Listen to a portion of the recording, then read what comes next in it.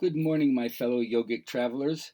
It is Sneaky Raccoon saying hello to you here today, giving our last initiation tale for women. We're going to do Vasalisa and Baba Yaga, one of my favorite Russian fairy tales. Everything's about right focus. I always like to start what I have to say with things that will turn you more towards the positive mental attitude that you are capable of, everyone is capable of. Because when you have the right focus and the right attitude, and you're not reinforcing what I call the disallowance of well being, right? You're not resisting well being, you're allowing well being, then you could say health flows from you. Vitality flows from you, not toward you. Mm-hmm. It's something like, say, you bring happiness to the world, not something that you get from the world.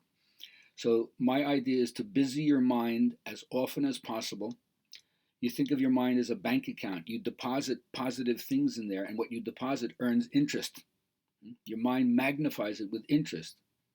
So that's really important to get yourself on the right track and rejoice not only in yourself, but anytime you see anybody else having a good moment. That's mudita, one of the four abodes of Brahma. Rejoice in other people's prosperities and happiness. Don't begrudge them. Don't be envious. That's a way of creating lack inside yourself. So if you understand that, we're going to move on. And this story, there's so much going on in this story. Again, I referred to Clarissa Pinkola Estes' Women Who Run with the Wolves. Her psychological take on these stories are really fantastic. Always talking about the different kind of tasks that go along with this story. One of them being allowing the too good mother to die. Another one has to do with exposing the crude aspect of the shadow. Another one has to do with navigating in the dark.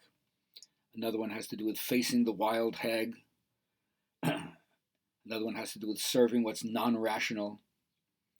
Another one has to do with discrimination, separating this from that. Another one has to do with asking questions about the mystery.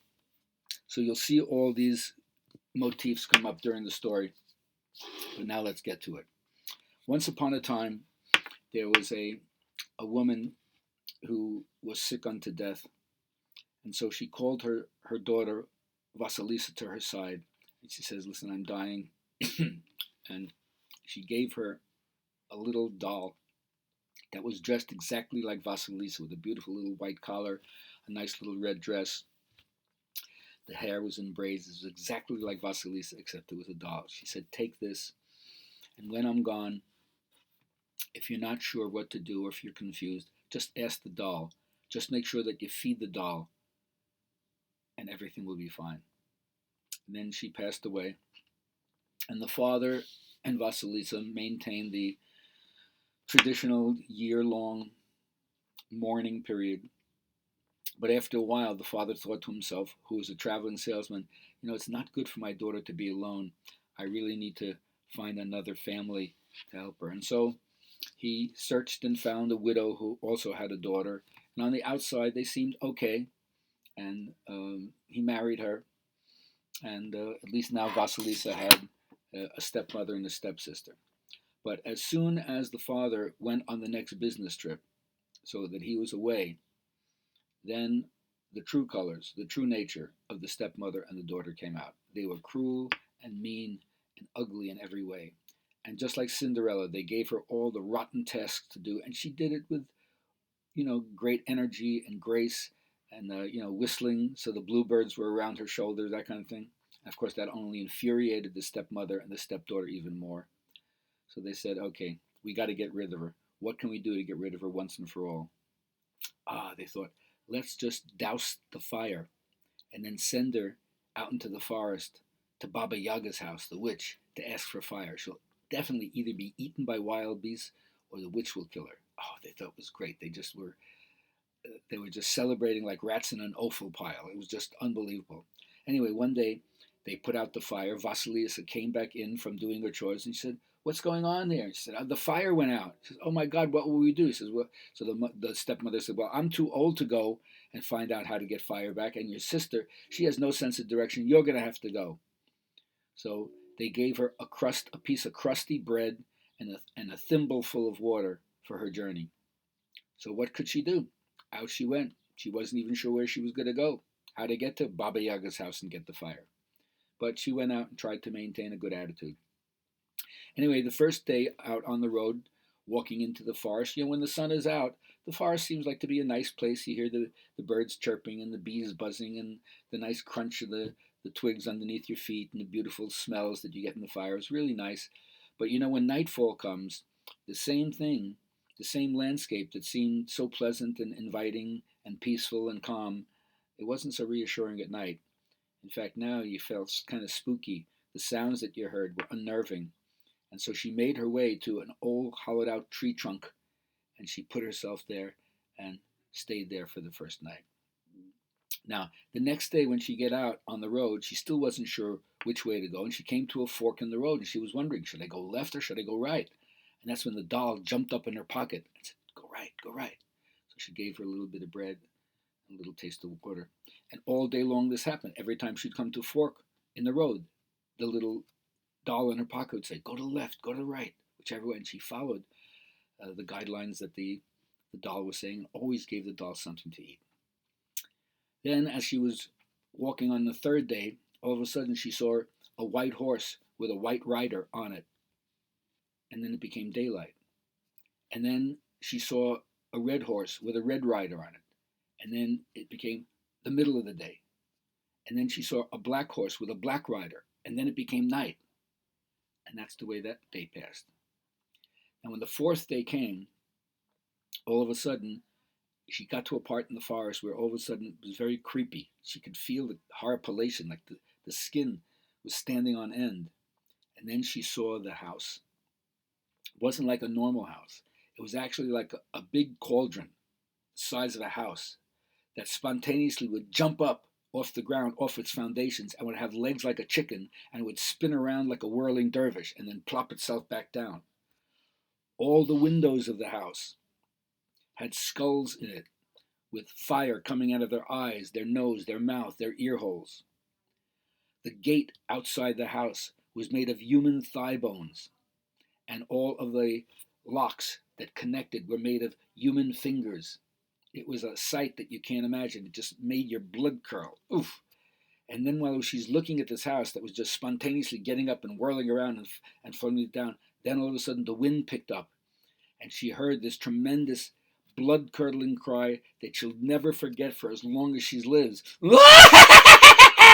Oh my God, what was that? And then in the air, floating on a mortar and pestle, using it as an oar, came Baba Yaga in the sky, with her hair slicked back like with Grecian formula. And you can't imagine what she looked like. She had a mouth, if you wanted to think of it as a mouth, it was more like a boar's mouth, the teeth coming off from the bottom and juggling side to side like that.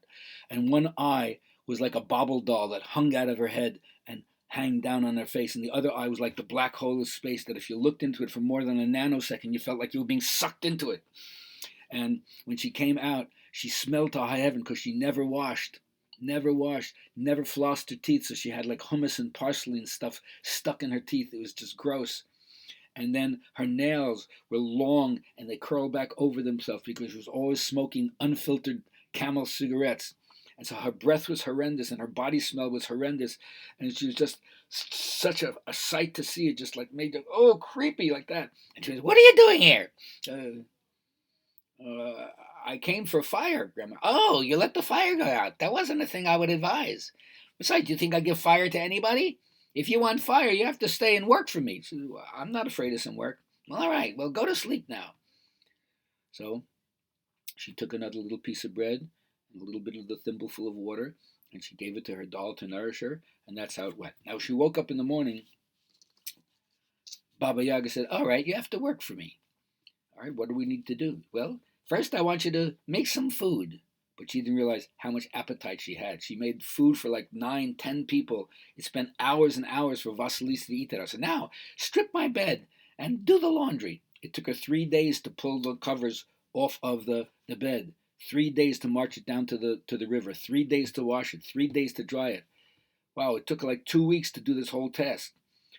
And then when she came back, she said, all right, you did it fine, but I have another task for you. You see over there that pile of corn? It's mildewed.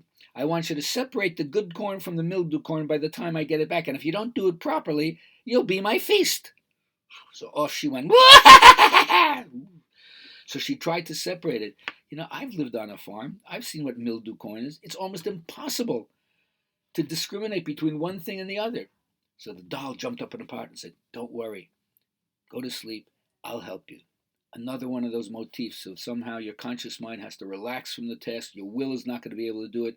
Some other wonder-working power has to come to the fore. So she went to sleep.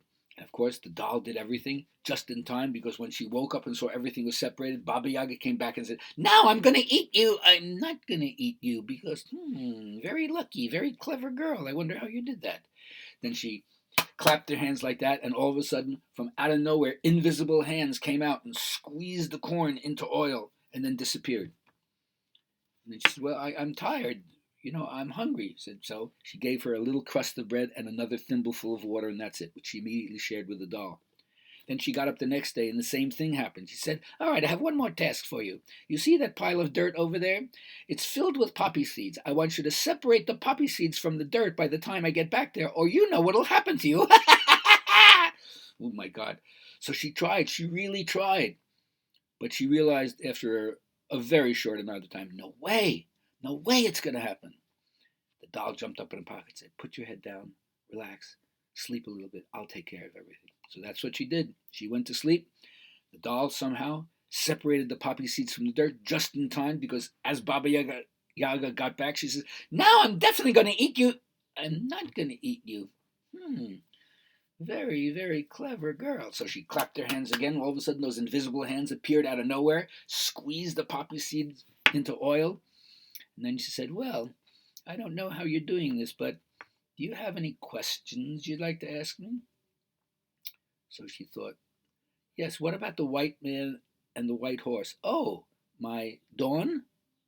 Oh. And what about the red man and the red horse? Oh, my daylight? And what about the black man and the black horse? Oh, you mean my night? And she realized, wow, Baba Yaga is like Mother Nature. She was about to ask one more question about those hands that just mysteriously appeared and squeezed the corn and the poppy seeds into oil, and she was just about to ask it when the doll jumped up in her pocket and said, don't ask any more questions. She said, I have no more questions, Grandma. I said, it's a good thing you didn't ask another question, because too much knowledge makes you old too soon. So get out of here now. But what about the fire you promised? Oh, the fire, huh? Well, before I think about that, how are you able to get here? And how are you able to separate the corn and the poppy seeds? Said, I think it came from the blessing of my mother. The blessing of your mother? We won't have any blessings around here. Now get out of my face. But you promised me fire if I would work for you. All right, so I did. So she grabbed a skull from off of the fence. She grabbed the thigh bone, put the skull on top of the thigh bone like that, said, here, take it back and get out of here before I change my mind. So she was about to even say thank you when the doll said, just let's go. So out she went. So here she is carrying this skull that has fire coming out of its eyes, its nose, its mouth, its ears. It was tremendous. And she was holding it with the rest of the thigh bone. And she was walking back through the forest. But it was nighttime. And before, when she was walking through the forest, the nighttime freaked her out completely. But now, with the blazing skull in front of her, everything wasn't so dark and scary. It was all illuminated, and she could see it really clearly. Oh, there's nothing to be afraid of. But it was very heavy to carry. This was potent. There was a lot of power in it, and she felt like, I don't know if I can do this. It's too much for me. And the skull just turned around with, don't put me down. You can hold me. Oh, my God. So that she did. And she got firmer and clearer and stronger about holding this fire. Now, back at the house, the stepdaughter and the stepsister, they were so thrilled. They figured Baba Yaga killed her for sure. She's dead. We'll never have to deal with her again. I don't care that we're in the dark. I don't care that we're cold. I don't care that we can't cook any food. I don't care that we have any light. She's dead. Now, way out across the end of the field, they saw this light moving. And first they thought, fireflies or marsh gas or whatever it is. And then they said, no, but it's moving, and it's moving towards us. And then as it got closer and closer, they looked at each other and said, you don't think? Oh, it couldn't possibly be. There's no way. But as it got closer and closer, they realized, yes way. It was Vasalisa. As she came into the house with the fiery skull, they were freaked out, and they thought, like, oh my God, when they heard the story of how she got to Baba Yaga's and did all the work and eventually got the skull with the fire, they were both envious and livid with anger, but they didn't show it. And they said, oh, you must be so tired, my child. Come and sit down here and we'll cook something for you. Here, let me take the fire from you. She pulled it back and said, I don't think so. I'm going to hold on to this. And so she did.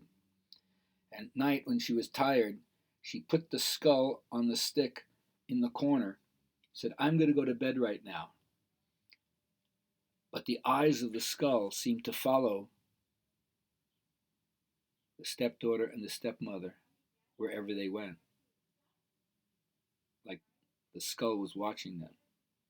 And in the morning, when Vasalisa woke up, she couldn't find her stepdaughter, her stepmother, and her stepsister, because the skull had burned them to crisps, and all that was left was 2 cinders.